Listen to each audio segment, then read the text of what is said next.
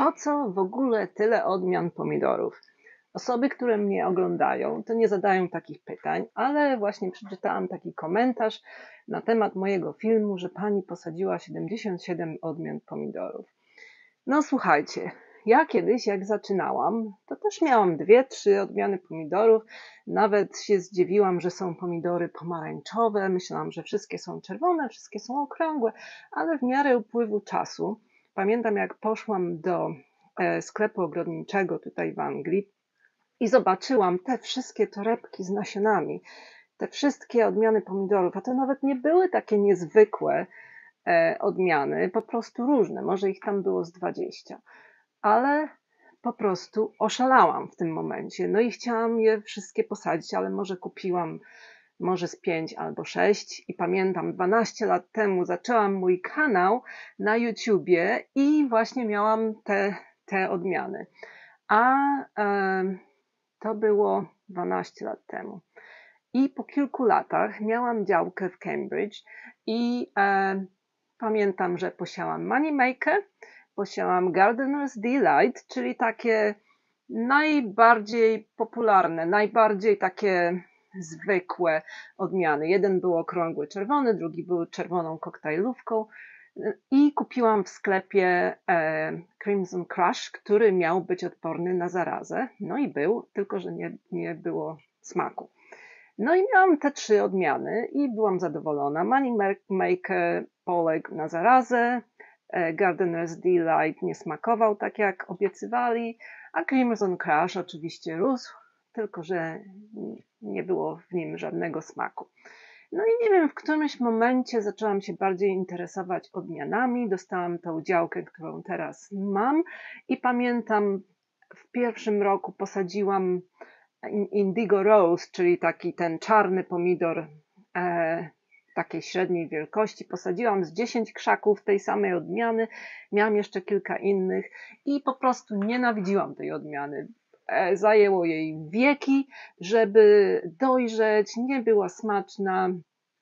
No i potem zaczęłam szukać innych odmian, ale w którym momencie, może ze 2 lata temu znalazłam grupę na Facebooku międzynarodową, która właśnie jest grupą pomidorową i osoby ze Stanów, z Kanady, z Polski, z Europy, ze Skandynawii wymieniają się swoimi doświadczeniami na temat pomidoru, które uprawiają, wymieniają się sklepami, które sprzedają, nasiona.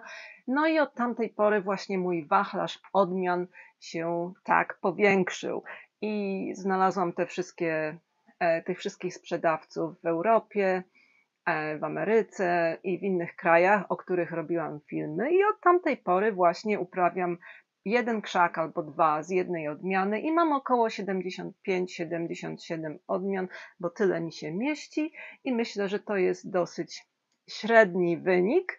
Nie jest to za dużo, bo w tej grupie są osoby, które uprawiają 200-400 odmian i nie po jednym krzaku, tylko po 2-3. Także myślę, że nie jestem całkowitą wariatką, ale znam osoby w Polsce, które też uprawiają tyle odmian. A dlaczego? A dlatego, że jest kilkadziesiąt tysięcy, od 20 do 60 tysięcy odmian pomidorów, bo ciągle są krzyżowane, ciągle hodowcy wymyślają nowe, a każdy dąży do tego, żeby pomidor smakował pysznie i wyglądał pięknie. Niektóre z tych odmian, jak na przykład Sofia Sakowa, tu za mną, Sofii Sakowej odmiany, są przepiękne, w paski, w kształcie serca, z wydłużonym noskiem, a do tego mają smakować naprawdę przepysznie. Ja lubię gotować, ja się zawodowo zajmuję odżywianiem, bo jestem terapeutą żywieniowym, a także pielęgniarką, także wiecie, dla mnie gotowanie to jest sztuka. I lubię to robić i jest dla mnie ważne, żeby to smakowało dobrze, na przykład mój sos pomidorowy, a może kogoś to nie obchodzi, słuchajcie, ale mnie tak. No i niedługo pójdę na działkę, pokażę Wam, co robią odmiany Sofii Sakowej, no i takich parę różnych rzeczy Wam pokażę, co się dzieje na działce, jak wszystko wygląda. Pogoda nam się zmienia, ma padać. Także cieszę się, bo nie padało chyba od kwietnia. No dobra, zapraszam na resztę filmu. I tak, możemy słuchać opinii innych ludzi na temat, jak smakują dane odmiany, czy są łatwe w uprawie, czy chorują, czy nie, ale żyjemy w trochę innym klimacie. Ja mieszkam tutaj w Anglii, tu jest inny klimat, a także nawet w obrębie Polski żyjecie na południu, na północy, na północnym wschodzie i są inne temperatury, inne warunki atmosferyczne, nawet te mikroklimaty w obrębie jednego ogrodu są inne. Także najlepiej polegać na własnym doświadczeniu, zobaczyć, jak te odmiany rosną w waszym ogrodzie i wtedy wybrać sobie ulubioną i najłatwiejszą w uprawie odmianę. Tak jak na przykład Barry's Crazy Cherry, multiflora, żółta, malutka koktajlówka, która jest opisywana jako przepyszna. U mnie po prostu nie była słodka. A to z powodu na przykład pochmurnego lata i chłodnego lata. Także ja szukam tych odmian, które na mojej działce, w moich warunkach atmosferycznych udają się najlepiej.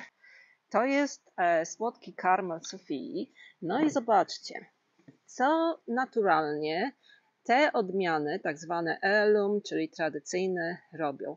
One wypuszczają takiego wilka dużego, bo tutaj na przykład jest taki mały wilczek, który usuwamy, tu jest mały wilczek, który usuwamy, ale ten pęd boczny pod pierwszym gronem, który tutaj jest zabezpieczony przed zapyleniem krzyżowym, to zostawiamy, jeżeli chcemy prowadzić pomidor na 2 pędy. I wtedy to będzie nasz pierwszy pęd, to będzie nasz drugi pęd. Za chwilę wam pokażę, jak podwiązać tego pomidora, jeżeli chcemy go prowadzić na 2 pędy. Przypominam, że mój sznurek jest pod korzeniem, ma na końcu supełek i w ogóle się nie wyciąga.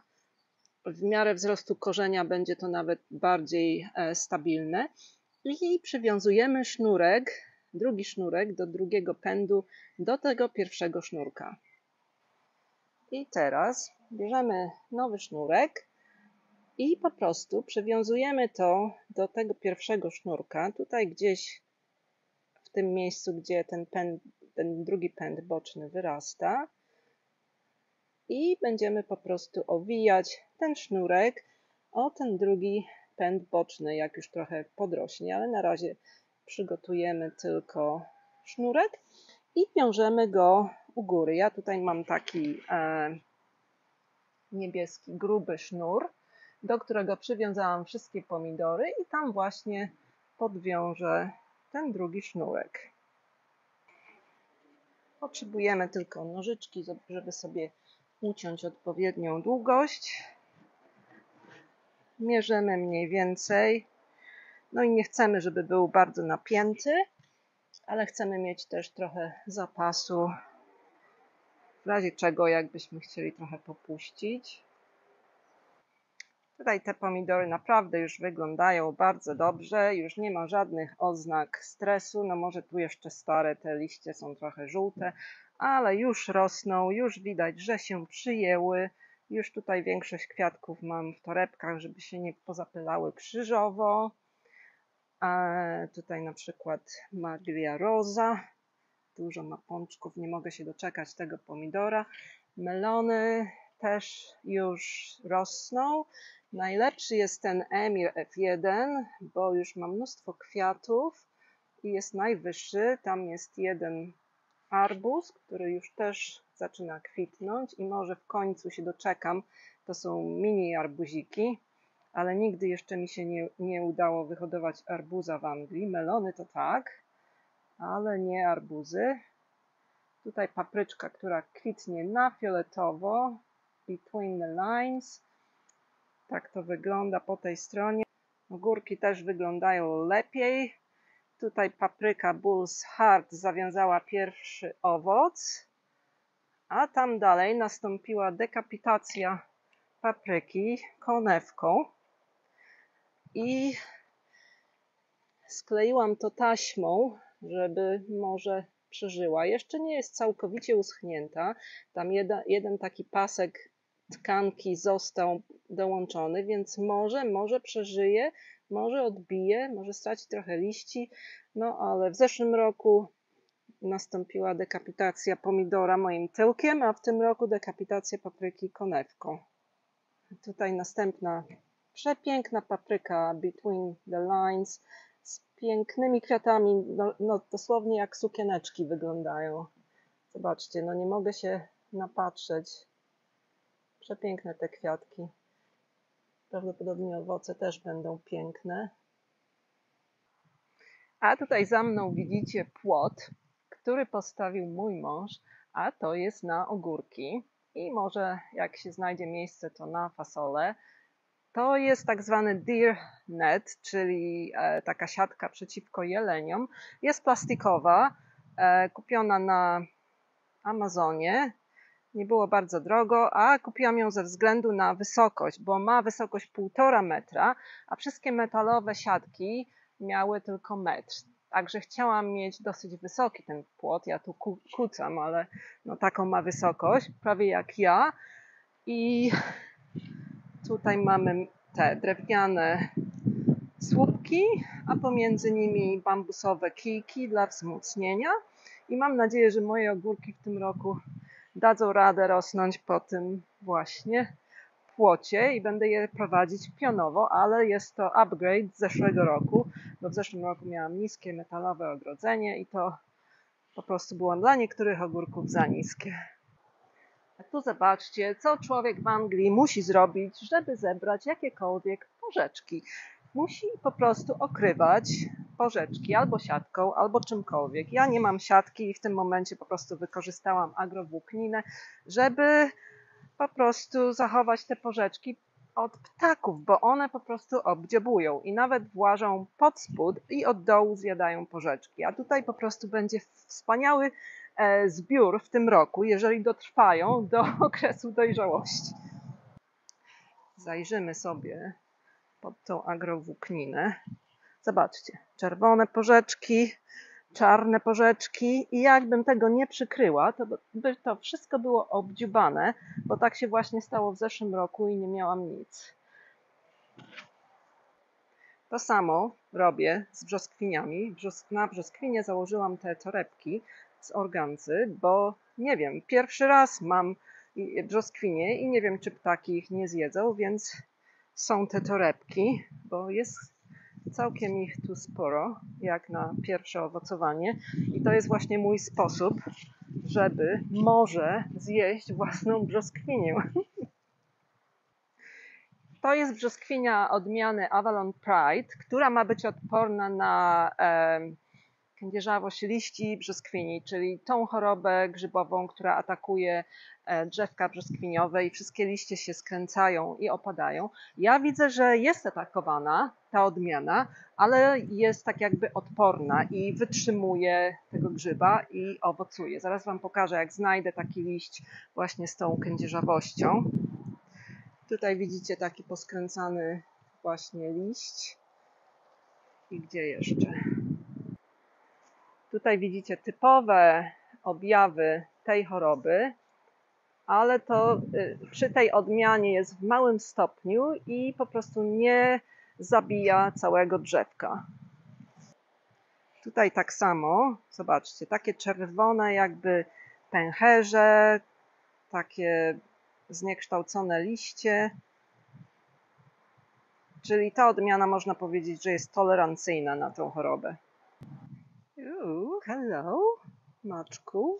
O, przepiękne kolory. Cudne kolory. Dzień dobry, Madame Desdemona.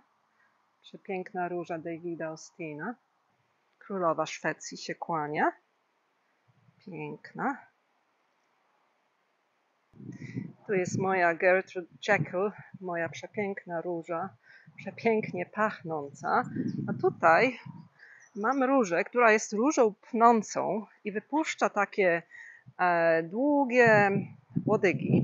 I wczoraj po prostu wzięłam tą łodygę, przygięłam ją i przywiązałam ją do palika, bo gdzieś widziałam w telewizji czy gdzieś, że przeszłości w Anglii właśnie robili takie kopuły z róż, które właśnie przywiązywali do rusztowania i z tych róż pnących, które właśnie potem wyglądały jak kopuła pokryta różami.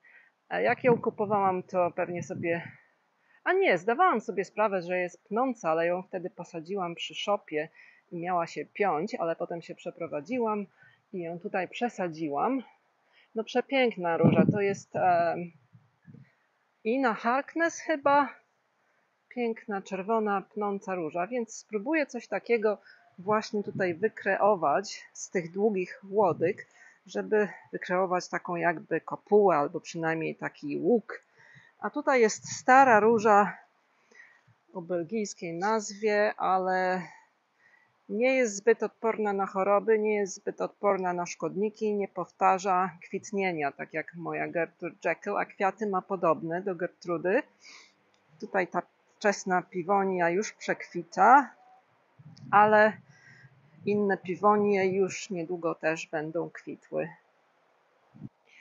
Powiedzcie mi w komentarzach, ile odmian pomidorów wy uprawiacie i czy jesteście zwolennikami takiego minimalistycznego podejścia 5 odmian, czy raczej chcecie spróbować różnych smaków, chcecie zobaczyć różne kształty, różne kolory i po prostu nasycać swoje oczy i podniebienie pięknem i różnorodnością pomidorów. Cześć!